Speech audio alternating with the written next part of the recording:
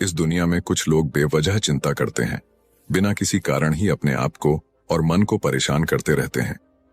चिंता हमें बीमार करती है। आज की इस कहानी में हम सीखेंगे कि क्यों हमें बेवजह चिंता नहीं करनी चाहिए। एक गांव में एक किसान था जिसे एक बहुत ही बुरी आदत लग चुकी थी, और वह आदत थी बेवजह चिंता करने की। वो हर समय किसी ना किसी चीज की चिंता करता ही रहता। वो हर समय सोचता रहता कि कहीं मेरे साथ कुछ गलत ना हो जाए, जबकि उसकी जिंदगी में अभी तक सब कुछ ठीक ही चल रहा था। उसके पास एक बड़ा सा खेत था जिसमें अच्छी खासी फसल हो जाती थी। खेती करने के लिए 2 बैलगाड़ियां थीं, एक अच्छा घर था, एक पत्नी और 2 प्यारे बच्चे थे। लेकिन फिर भी वो किसी न किसी अनहोनी के बारे में सोचकर बेवजह चिंता करता रहता। कभी सोचता कि अगर मेरी फसल में कीड़े लग गई तो क्या होगा, अगर आवारा पशुओं ने फसल को बर्बाद कर दिया तो क्या होगा, अगर सूखा पड़ गया या अत्यधिक बारिश हो गई तो मेरी फसल खराब हो जाएगी। ऐसे ही वो भविष्य की अन्य बातों के बारे में सोचकर बेवजह चिंता में डूब रहा था। जैसे कि कहीं खेती के समय मेरे बैल बीमार ना पड़ जाए, मेरे बच्चों का भविष्य कैसा होगा, कहीं बुढ़ापे में मुझे कोई बड़ी बीमारी ना हो जाए, मेरे बच्चे बुढ़ापे में मेरा ख्याल रखेंगे भी या नहीं, वगैरह वगैरह। अपनी इस लगातार बेमतलब चिंता करने की आदत की वजह से वो आसान और परेशानी नहीं लगता था, और अब उसका किसी भी काम में मन भी नहीं लगता था। उसकी पत्नी ने भी इस बात को अनुभव किया कि उसे बिना मतलब चिंता करने की आदत पड़ चुकी है। उसने उसे कई बार समझाने की कोशिश भी की, तुम बेवजह चिंता करना छोड़ दो, लेकिन उसके समझाने का कोई मतलब नहीं रहा। उसे पता चला कि नगर में एक महात्मा आए हैं जिनके पास सारी समस्याओं का हल है। फिर एक दिन वो उसे लेकर एक बौद्ध भिक्षु के आश्रम में पहुंची। बौद्ध भिक्षु बहुत ही बुद्धिमान और ज्ञानी व्यक्ति थे। किसान और उसकी पत्नी अपनी सारी समस्या बौद्ध भिक्षुओं के समक्ष रख दी। किसान ने कहा, महात्मा, मैं हर समय किसी न किसी बात की चिंता करता रहता हूं। मैं ज्यादातर उन बुरी चीजों के बारे में सोचकर चिंतित होता रहता हूं जो अभी तक मेरे साथ हुई भी नहीं। किसान की समस्या को पूरे ध्यान से सुनने के बाद बौद्ध भिक्षु ने कहा, ठीक है, तुम दोनों कल सुबह आना और फिर मैं तुम्हें तुम्हारी समस्या का समाधान बता दूंगा।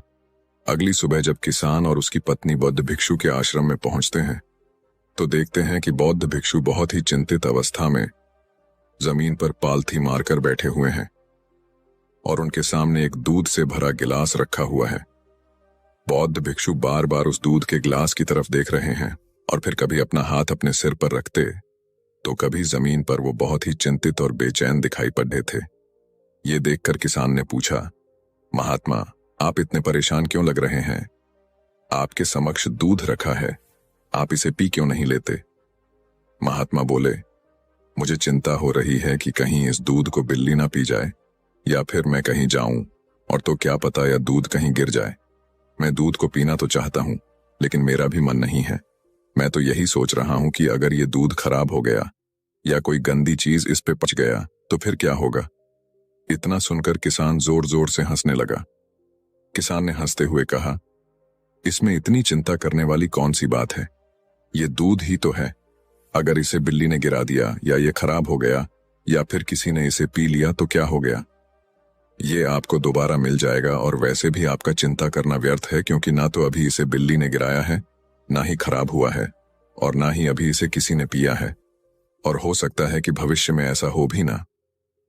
किसान के मुंह से ये बातें सुनकर बौद्ध भिक्षु मुस्कुराए और बोले, मैं भी तो तुम्हें ही यही समझाने का प्रयास कर रहा हूं कि भविष्य की उन घटनाओं की चिंता करना व्यर्थ है जो अभी हमारे साथ हुई ही नहीं, और बहुत बड़ी संभावना है कि वो कभी होगी भी नहीं, और अगर हो भी गई तो जिस चीज को तुम एक बार हासिल कर सकते हो उसे तुम दोबारा भी हासिल कर सकते हो, और अगर नहीं कर पाए तो कोई बात नहीं, क्योंकि समस्याओं के आने के साथ ही उन समस्याओं का सामना करने की हिम्मत भी अपने आप ही आ जाती है।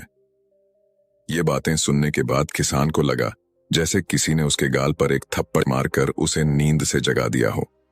उसे महसूस हुआ कि वो भी तो यही गलती कर रहा है। वो भी तो भविष्य की उन घटनाओं के बारे में सोचकर चिंतित हो रहा है जो अभी तक घटी ही नहीं और शायद कभी घटेगी नहीं।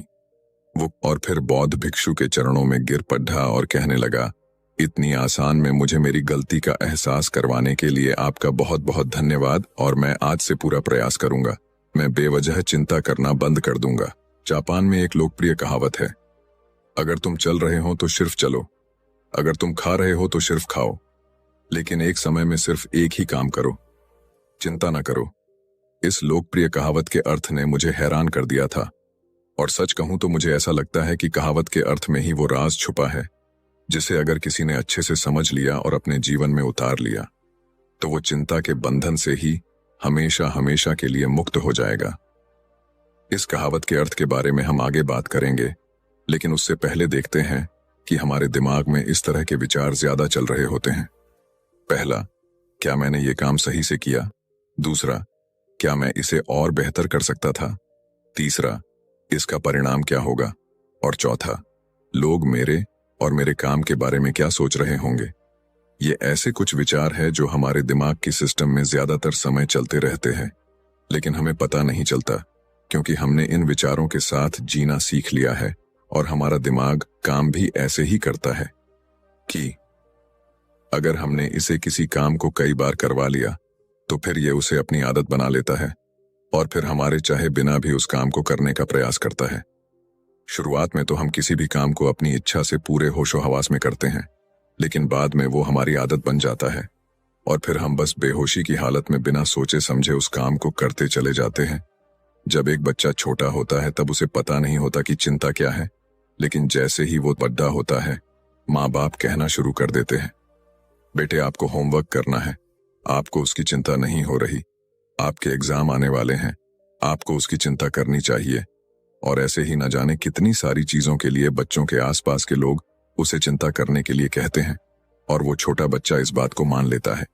ये अच्छा, किसी भी काम को करने के लिए हमें उसकी चिंता करनी पड़ती है और फिर वो भी किसी काम की घटना के बारे में बार बार सोचने लगता है।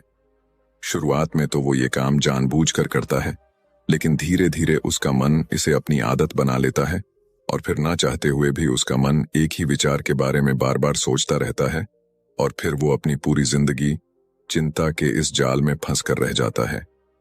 लेकिन अब प्रश्न ये उठता है कि इसका समाधान क्या है? तो इसका समाधान है ऊपर बताई गई जिन कहावत का अर्थ यानी जागरूकता। हमें अपने विचारों के प्रति जागरूक होना पड़ेगा। हमें थोड़ी देर रुककर इस बात पर ध्यान देना होगा कि कहीं हम ना चाहते हुए भी एक ही घटना के बारे में तो बार बार नहीं सोच रहे हैं। हमें पूरी जागरूकता के साथ ये देखने का प्रयास करना होगा कि पूरे दिन हमारे अंदर इस तरह के विचार उठते रहते हैं। अब आप पूछ सकते हैं, केवल जागरूकता क्या करेगी? मैं कहता हूं यह काफी है। ये मन को शांत करने के लिए पर्याप्त है, मन को अपने स्वभाव का एहसास कराने के लिए पर्याप्त है और जीवन में जागरूकता लाने का सबसे आसान तरीका है ध्यान करना। ध्यान करने के दौरान अपने विचारों पर ध्यान देना, और जब आप पूरी जागरूकता के साथ अपने विचारों पर ध्यान देना शुरू कर देंगे, तब आप पाएंगे कि आपके मन में चलने वाले गैर जरूरी विचार एक एक करके अपने आप ही गायब होना शुरू हो जाएंगे और फिर आप एक आनंदित और शांत जीवन अनुभव कर पाएंगे। बाकी अगर ये कहानी आपको अच्छी लगी हो तो इस वीडियो को लाइक करें और ऐसी और कहानी सुनने के लिए डे इंस्पायर्ड यूट्यूब चैनल को सब्सक्राइब करें। तब तक मिलते हैं हम आपसे ऐसी ही एक और प्रेरणादायक कहानी के साथ अगले दिन। धन्यवाद।